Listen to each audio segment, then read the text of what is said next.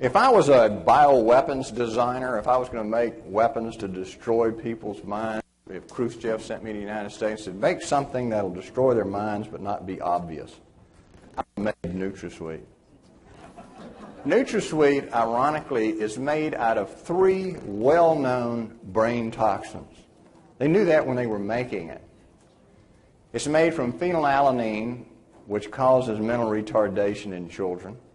You've heard of PKU. That's a buildup of phenylalanine in the blood. They knew that. They knew phenylalanine causes seizures. So part of this molecule is phenylalanine. The other part is aspartic acid, which is a powerful excitotoxin. That's almost as powerful as glutamate. And they link it together with something called methanol, wood alcohol. Now, the FDA regulates and the EPA regulates wood alcohol because it's so toxic. And they regulate it in minute quantities. They link these 2 molecules together with methanol, so when you consume it, you're not only getting methanol in your blood, but when methanol is consumed, it's broken down into 2 substances, formic acid and formaldehyde. Formic acid is what makes you hurt so bad. That's where I live. But a thing. And that's what is released when you consume NutraSweet, formic acid, all through your body in very, very minute quantity. The formaldehyde is probably more toxic. And there's a recent paper just came out in which they studied feeding aspartame to experimental animals and found that the formaldehyde that breaks down enters the cell, attacks the DNA, and breaks the DNA in several areas. And that DNA in humans is removed very slowly. It's hard for our metabolism to remove formaldehyde, so it stays there a long time. And they found that each dose accumulates. So every time you drink a 12-ounce Diet Coke, you're accumulating formaldehyde on your DNA and producing DNA damage. And that's why the people get progressively worse and worse and worse the more they and I've seen people that were so sick. I had a lady in my office that came to me for NutraSweet poisoning. She was so sick, she told her husband, I can't work anymore. I'm going to have to go to a job. She said, I can't hardly get out of bed. I can hardly, her vision was blurred. She couldn't think. She was just miserable. So I put her on some nutritional changes, took her off the NutraSweet and the MSG, and she came back in 2 weeks. She said, I can't believe it. It's like I've been reborn. Everywhere I go and speak, she comes. She says, I got to tell you today. She said, this is the greatest thing that ever happened to me. She said, I never dreamed that something was making me this sick. If you look at the FDA's list of complaints, 80% of all the complaints they get about everything, 80% of them are about NutraSweet. And the list of complaints goes all the way from sudden blindness. We've had, I don't know how many people go blind in one or both eyes. Confusion, dizziness, mental problems, inability to think and remember, seizures, and they list under other death. There has been quite a few NutraSweet deaths they don't tell you about because people now are drinking these things quarts at a time, 3 quarts a day. I get calls from all over the United States about people who've developed brain tumors because that's why NutraSweet lost its approval originally. When they first applied for a permit to the FDA, the cereal company which made NutraSweet did their own experiment, and in their own experiment, it increased brain tumors 47-fold. And so it was immediately rejected. They said, well, this is way too, and it was dose-related. Exposed to, the higher the incidence. From the lowest dose to the highest dose, they all had increased brain tumors. So it lost its approval. Now, the FDA that came on after that, Arthur Hall Hayes, he was the commissioner. He got together a board of physicians to review the safety of MSG. On that board were 3 neuroscientists, very well-known, respected neuroscientists, and they said, we recommend that this not be approved. It is too bad that are going on with the brain tumors is too great a concern We recommend it not be approved. Guess what happened? It got approved. And the interesting thing is that several months after it was approved, he left the FDA and went to work for the public relations firm for the NutraSweet. This is not an unusual thing we see in our society. Regulatory agencies are bought by the companies that regulate. They promise them a review of the FDA, and they find out 45 top regulators left the FDA and went to work for the companies they regulate.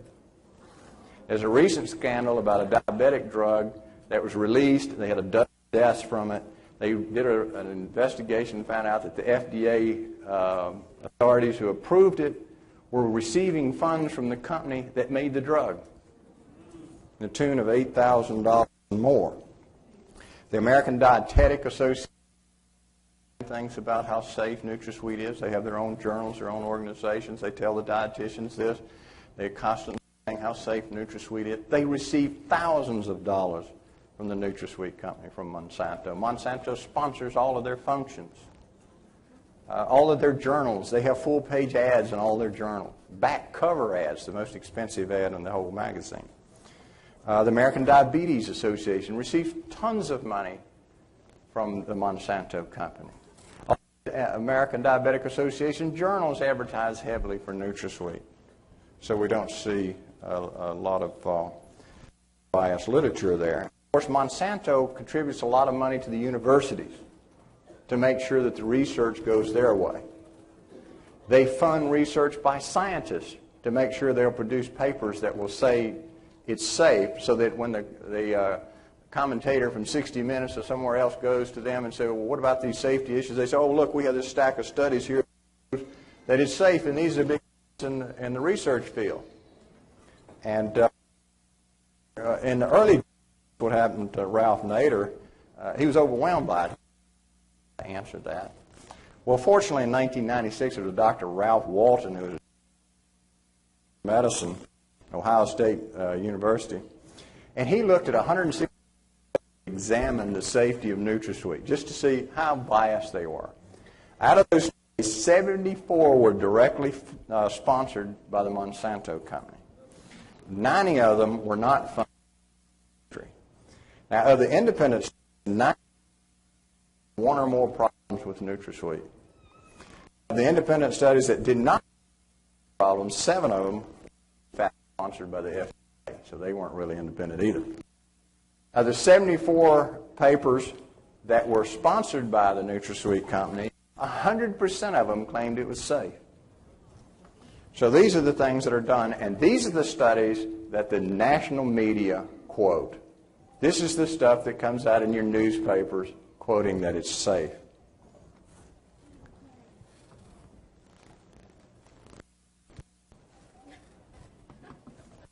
Now here we go to brilliant things your government industry coalition is doing to you. And what you have to remember is our country is changing. We're no longer a free enterprise country. We have become more a fascist country. Fascism is a union between industry and government. That's how it differs from communism. Rather than like communists going and shooting all of the managers of business, they form a coalition with them. They say, together, I'll protect you, you protect me, you make sure I stay in power, I'll make sure your product's the only one on this line, and that nobody criticizes you. Well, these geniuses have now, they're not satisfied that we can tell you that MSG is bad, get fresh vegetables from your farm. They're going to spray them before you get them. So they're talking about vegetables with MSG. There's a referendum here in California in which they're applying to be able to add MSG to wine. All along, they have been injecting excitotoxins into poultry. That's very common. Bill Clinton, Mr. Tyson, he injects all of his chickens with excitotoxins. That's why they taste good. They add NutraSweet to medicines, to children's medicines particularly. And we found that added to medicine produces physiological effects on these children, behavioral effects. You just have to throw in the fluoride because I'm appalled that a dental society can convince the government to add a toxic substance as toxic as fluoride is. Fluoride is a halogen. Halogens are enormously reactive chemicals. They put a halogen in the water supply. For what? So you have nice teeth. The studies have, since all this has been done, have shown that it has not reduced cavities at all. So you've added a neurotoxin in the recent studies. There's a lot of recent literature out on fluoride and brain development showing it causes neurobehavioral difficulties. It's destroying the intellect of children. And they put it in all the toothpaste. It's hard to find toothpaste except in your health food store that does not have fluoride in it. And read the package on the fluoride toothpaste, what it says. Children under 6 must be supervised when brushing with this, and if they should swallow it, notify poison control or get them to the emergency room immediately. Now, why is something that toxic in your toothpaste? That's on the package. Now, the grapefruit seed extract makes a good tooth wash. Grapefruit seed extract will kill almost any bacteria, protozoa, fungus. You can make a dilute solution and brush your teeth with that. It's much better than any toothpaste that's ever been made. So I thought I would share some of these brilliant things our government has done.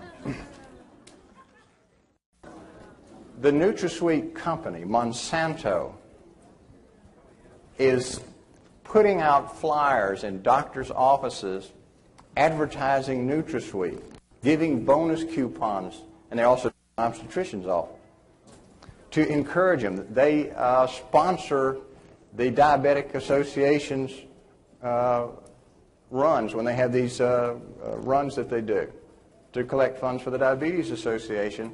They give out free coupons. They donate huge sums of money. They get free advertising. All of this is done to promote people to use NutraSweet. Well, the people they're promoting to use it are the people at the greatest risk, the diabetic. And we've shown that NutraSweet actually throws them out of diabetic control.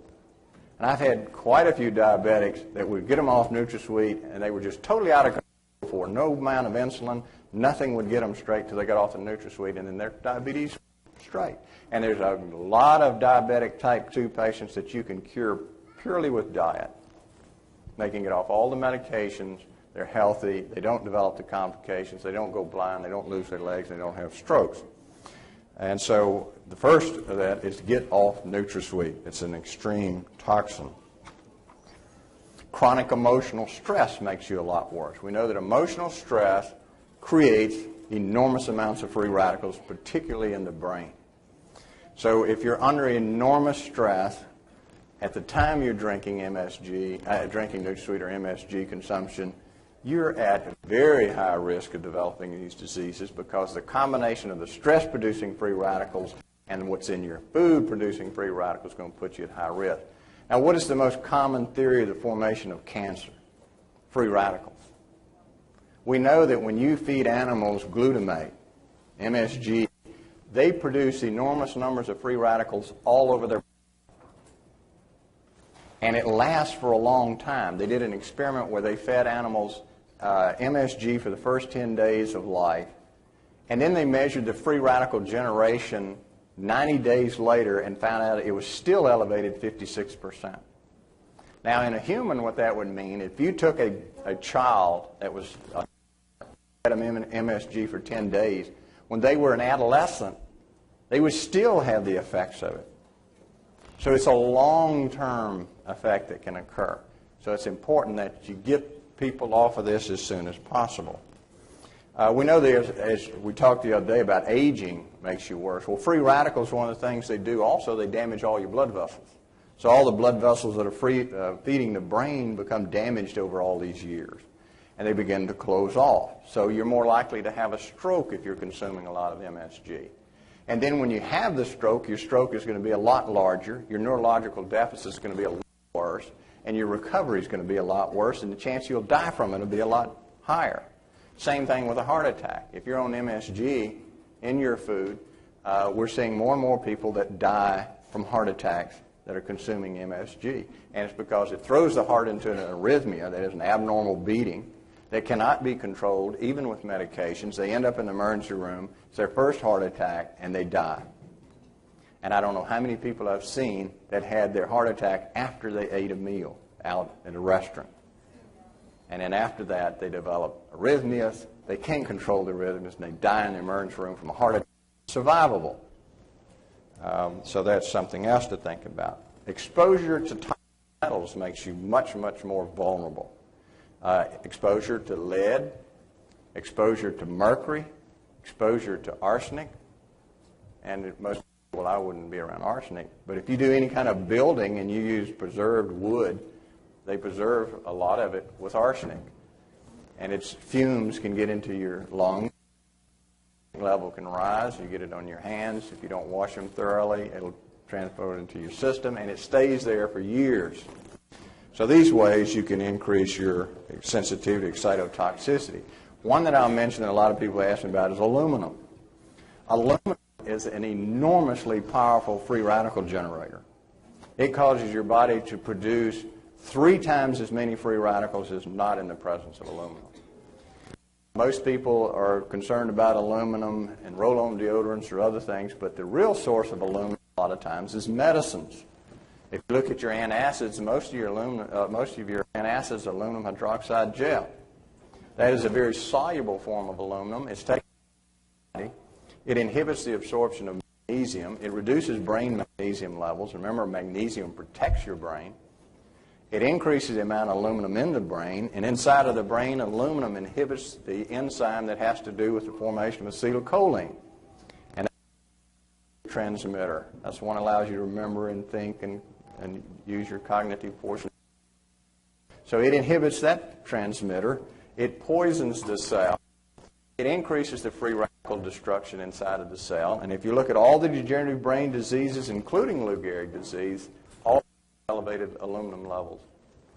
There's significant elevated aluminum levels in Alzheimer's disease in the brain, and in Parkinson's disease in that part of the brain, and in Lou Gehrig disease. So aluminum is very toxic and should be avoided.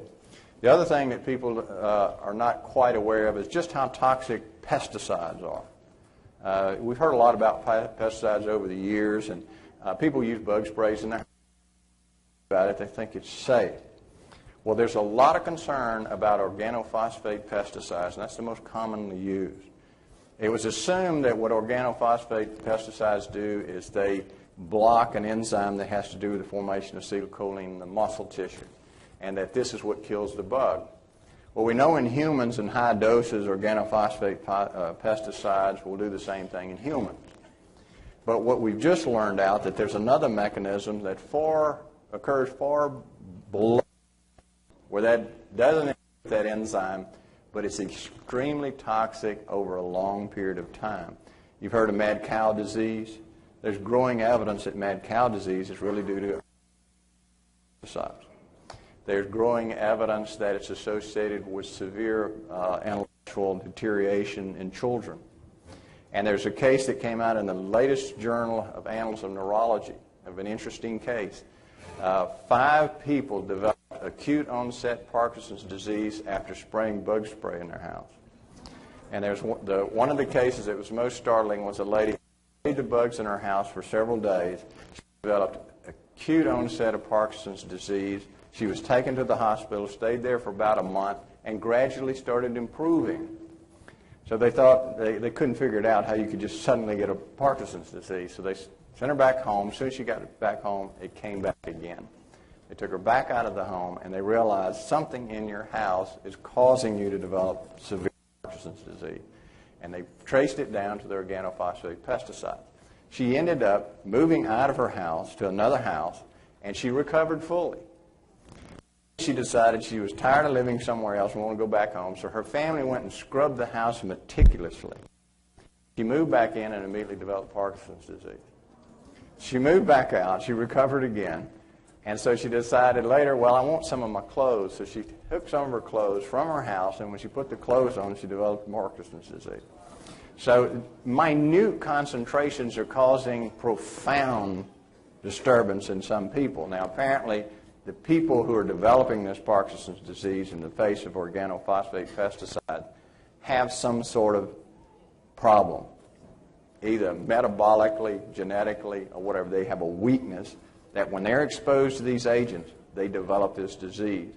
And so your termite man is using these things, your bug sprays, your wasp sprays, you're using all sorts of powerful agents to get rid of the weeds and make your yard look beautiful. All of that builds up in your house, and it stays there forever, as we've seen in this case. So that is a major cause of some of these disorders. And a lot of these pesticides, what they do is they make the body produce free radicals. Heard of paraquat? It produces the most free radicals ever known. That's how it kills. Electromagnetic pollution can also affect the nervous system and make you more sensitive to MSG. That's something that's sort of overlooked. For some reason, no one wants to look at that, and it's probably because of the enormous money power behind power companies. But there's recent evidence that shows that the power from a big transmission line can open the blood-brain barrier. On brain barrier, then all this MSG from your blood can pour into your brain. So working in a high electronic, reduce electromagnetic pollution and increase your risk. Now, I want to talk a little bit about this silent brain lesion. We talked about the Chinese restaurant syndrome. Most of it, you may have either such subtle effects from the consumption of MSG that you don't really notice it. A lot of people that's been on this for a long time, processed food, eat out in restaurants a lot, they think that's how they're supposed to feel. And when you get them off of it, they cannot believe it. They say, I can't believe how much clearer I think. I can't believe how much better I feel. They've always thought that's everybody has trouble thinking. Everybody gets things the way I do. And what alerted me to it, seeing so many people that came to me that with a real concern developing Alzheimer's disease. 25 years old, you're not going to have Alzheimer's. Well, I can't remember it. I have trouble thinking. And some of them even got disoriented. Couldn't figure out how to get to their workplace or get home. And this is in 25-year-olds. I said, well, let's look at your diet. And, of course, they were eating enormous amounts of free radicals. And you clear it up, and then everything's better. How soon you get that out of the system. This can take many, many decades. And what we find with most of the degenerative brain diseases, Parkinson's, Alzheimer's, Lou Gehrig, or whatever, the disease started long before you developed any symptoms. You do not develop neurological disorders until you've lost about 80% of the cells. So what happens is decades before, 20 years before, these changes are taking place. Recent studies have shown with PET scanning, which is a way to scan the brain and actually watch it metabolize, is that the brain's energy begins to fail about a decade before the disease takes place, when the person still thinks everything's okay. And you see decreased metabolism in those parts of the brain that were shrinking. And then as they reach the end of that decade, about 80% of those cells are dead or dying. They begin to develop the symptoms of Alzheimer's disease. So when you're treating them, what you're trying to do is save that last 20% cells. But those cells aren't normal. They're sick. So you're trying to save 20% of sick cells. And that's very difficult to do. And they have so many things present in the brain. Iron levels, high aluminum levels, some mercury is increased in these disorders. We have all changes like beta amyloid plaques in the brain. All of these things are sources of toxins inside of the brain now. And so that's why treating Alzheimer's disease, these other degenerative diseases, is so difficult. Because you get them, they're already in. So the idea is to start before you ever get it. And it may be preventable or it may be reversible. Study with Alzheimer's patients, is they were looking at people who had rheumatoid arthritis, and they noticed that there was a 6 to 12-fold lower incidence of Alzheimer's incidence in people who had rheumatoid arthritis than everybody else if you matched them for age and all other conditions. Now that was startling, a 6 to 12-fold difference. They looked at all the factors, and what they found out was it's because they took anti-inflammatories. And that these changes, all these chemicals get in the brain, produce inflammation. So by taking anti-inflammatories, they were reducing their risk. Could possibly either prevent Alzheimer's disease totally or reverse it if it had already started.